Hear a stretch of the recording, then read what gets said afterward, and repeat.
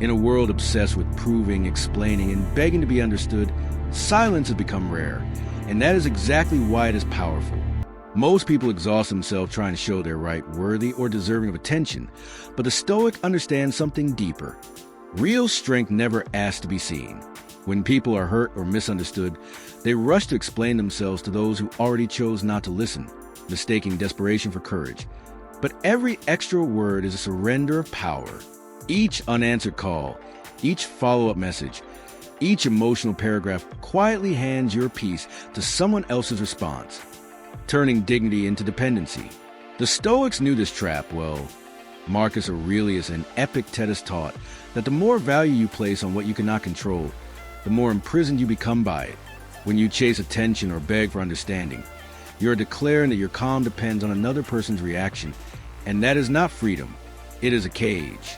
True strength appears when someone disrespects you and you walk away without explanation, not from ego, but from self-respect, because dignity does not shout, chase, or justify itself. It simply withdraws. This silence is not emptiness. It is discipline, clarity, and inner authority, and unsettles people because without your reaction, they lose the leverage they thought they had. Silence forces others to confront themselves, holding up a mirror that says, I noticed, I understood, and I chose myself. And when you stop explaining, something remarkable happens. You hear the truth louder. In stillness, the noise fades and clarity rises. You realize you stayed too long, you wanted validation more than peace, and closure was never a conversation but a decision. Stoic silence separates emotion from values. While emotions scream to chase and explain, values whisper protect your peace and let go. This is why silence pulls when words push, why absence speaks louder than presence, and why those who master it never beg, never chase, and never lose themselves trying to be understood. Your silence is not weakness. It is a quiet shift of power. The moment your presence stops being negotiable and your peace becomes untouchable.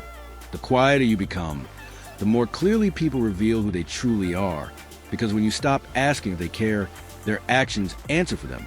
And when you stop begging for clarity, the truth surfaces on its own in stillness. Silence isn't weakness or avoidance. It's focused awareness, intentional restraint. The moment you stop reacting blindly to life and start responding with purpose. In silence, you stop outsourcing your peace and begin hearing your own wisdom, because the answer was never outside of you. And this is why chasing closure is one of the deepest forms of self-betrayal most people don't want to admit. We crave that final explanation, that last conversation that promises relief, but if someone truly respected you, you wouldn't have to beg them for closure. They would offer it freely. When they don't, your silence becomes a closure. The Stoics understood that the moment you need someone else to explain why they hurt you, you've handed them control over your healing. Trapping yourself in a cycle where you seek answers from someone who already made peace with hurting you. Real closure arrives when you accept that what they gave you was all they were capable of giving, that no amount of explaining will turn them into someone more respectful or honest, and that waiting for words that will never come is only delaying your freedom. Silence then strips away illusion, because words can manipulate, apologize, and distract, but silence exposes patterns, and patterns never lie. When you withdraw your explanations, masks fall. Those who value you step forward, those who use you disappear, and those who control you grow uncomfortable because they've lost their leverage. Absence speaks louder than confrontation. Stillness louder than arguments, because people can dismiss your words, but they cannot ignore your withdrawal. And this is why not explaining yourself is the highest form of confidence. It means you no longer fear being misunderstood. You no longer need approval to validate your worth. And you trust your values more than someone else's opinion. Stoicism isn't cold or detached. It's disciplined clarity, emotional strength, and a quiet certainty that your dignity does not need to be defended. It simply stands, unmoved, while the truth reveals itself without you saying a word. Think about this for a moment. Every time you try to convince someone of your worth, your loyalty, or your good intentions, you are spending your most limited resource, your time and energy, on someone else's judgment. And that is not power. That is insecurity. The person who no longer explains himself is not arrogant. He is at peace because he knows who he is. His intentions are clean, his actions are aligned, and his value does not need translation for people who have already decided not to understand it. This level of detachment isn't easy. You'll be called cold, selfish, distant. And you may even lose people who once felt close. But losing people who never truly saw you is not a loss, it's alignment. Most people don't actually want to understand you. They want to control how you're perceived, and when your silence shatters an illusion, they become angry. Not because you hurt them, but because you stop playing their game. When you stop explaining, you start leading with energy instead of words. You stop justifying your distance. You stop defending your peace. And you simply act, trusting that those meant to remain will understand your silence without subtitles. This kind of calm, grounded energy is rare, and it makes manipulators uncomfortable. Users lose interest, and pretenders quietly disappear, while the ones who stay respect you deeply because they know you will not lower your value to fit their misunderstanding. Stoic silence is not loud, dramatic, or performative. It is steady, rooted, and unshakable, and you owe no one an explanation for choosing peace or protecting your boundaries.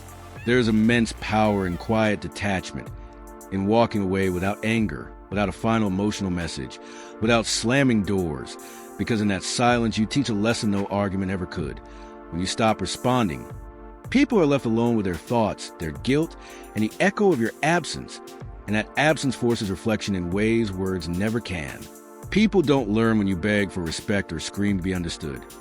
If they learn at all, it's when your distance makes them realize what they lost. And if they don't, that lesson was never meant for them. It was meant for you. In that silence, you reclaim yourself. You stop bleeding in front of people who can't understand pain. You stop explaining storms to those who live indoors. And you realize that detachment doesn't mean you don't care. It means you care too much about your soul to keep it in a place where it's neglected. Stoicism was never about coldness. It was about clarity, not detachment from love, but detachment from chaos. The understanding that silence is not weakness but control. The refusal to waste energy on what cannot meet you where you stand. There will be moments when emotion urges you to explain, to fight, to prove. But remember this, your silence may not win the argument, but it will win you back. Because every time you choose not to react, you build inner peace. Every time you walk away quietly, you build self-worth. And every time you keep your dignity intact, you build a power that cannot be taken from you. So let your silence be your final word, not from ego or spite, but from deep, unshakable self-respect.